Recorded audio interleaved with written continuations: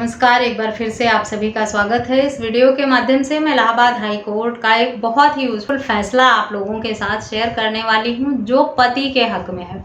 इस मामले में कोर्ट ने पति को तलाक दे दिया ऐसे पत्नी से जो पति को अलग कमरे में सोने के लिए कह रही थी। वैवाहिक जो हक अधिकार हैं उससे पति को वंचित कर रही थी, जो बहुत ही आम मुद्दा है आज के टाइम में कि पत्नियां पति से कोई संबंध ही नहीं रखती हैं, एक साथ ही घर में रहते हुए भी उनके साथ फिजिकल रिलेशन नहीं बनाती, ना पत्नी की कोई जिम्मेदारी निभाती हैं, ना पति को हाथ लगाने देती हैं, छूने देती हैं, यहाँ तक कि अलग अलग कमरे में रहती हैं।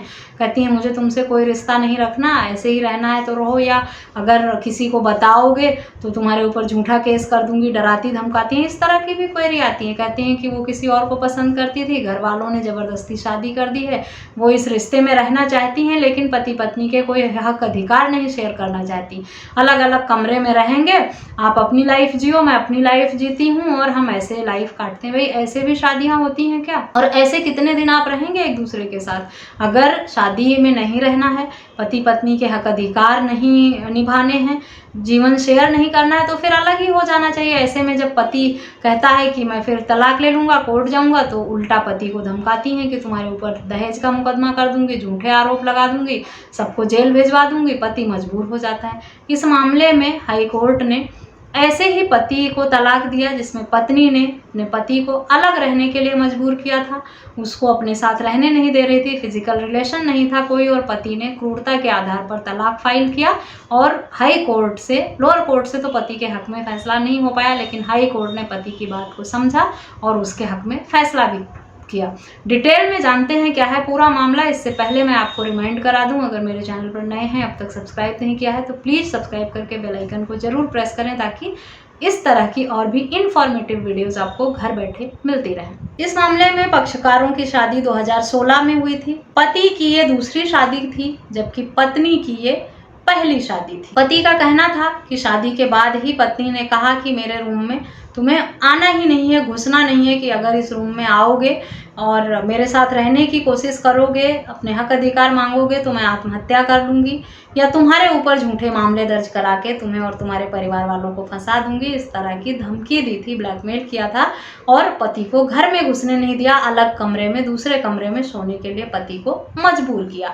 इस ग्राउंड पर पति ने तलाक की मांग की थी। 2016 में शादी हुई थी और 2018 में पति ने तलाक की गुहार लगाई लोअर कोर्ट में, लेकिन लोअर कोर्ट से पति के हक में फैसला नहीं हो पाया। पति ने जब तलाक फाइल किया तो शुरुआती कुछ डेट में पत्नी कोर्ट के समक्ष आई, उसके बाद उसने कोर्ट में जाना छोड़ दिया और फिर पति के हक में एक तरफा फैसला हो गया। जब पति ने केस किया तो कुछ डेट में पत्नी कोर्ट में प्रेजेंट हुई, उसके बाद उसने समन और नोटिस को इग्नोर करना शुरू कर दिया और फिर कोर्ट ने एक तरफा आदेश दे दिया, पति के खिलाफ ही आदेश हो गया इस मामले में। उसके बाद पति ने हाई कोर्ट में गुहार लगाई।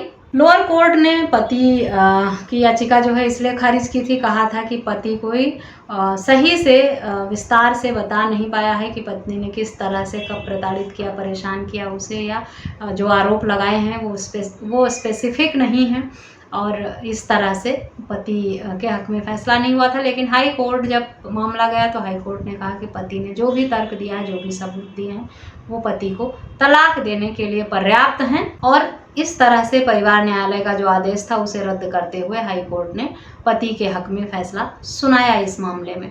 तो अगर आपका पार्टनर भी इस तरह से प्रताड़ित परेशान कर रहा है, आपको ब्लैकमेल कर रहा है, वैवाहिक रिश्तों में बांध कर नहीं रख रहा है, आपके साथ किसी भी तरह का फिजिकल रिलेशन नहीं है, रखना नहीं चाहते साथ में, तो आप ऐसे पार्टनर से छुटकारा पा सकते हैं। बेशक लोअर कोर्ट आपकी सुनवाई ना करे, लेकिन अगर आप हाई कोर्ट, सुप्रीम कोर्ट तक जाने की हिम्मत रखते हैं, क्षमता रखते हैं, तो आपके हक में फैसला जरूर होता है। बस एक बात का ध्यान रखें, पूरी तैयारी के साथ केस फाइल करें।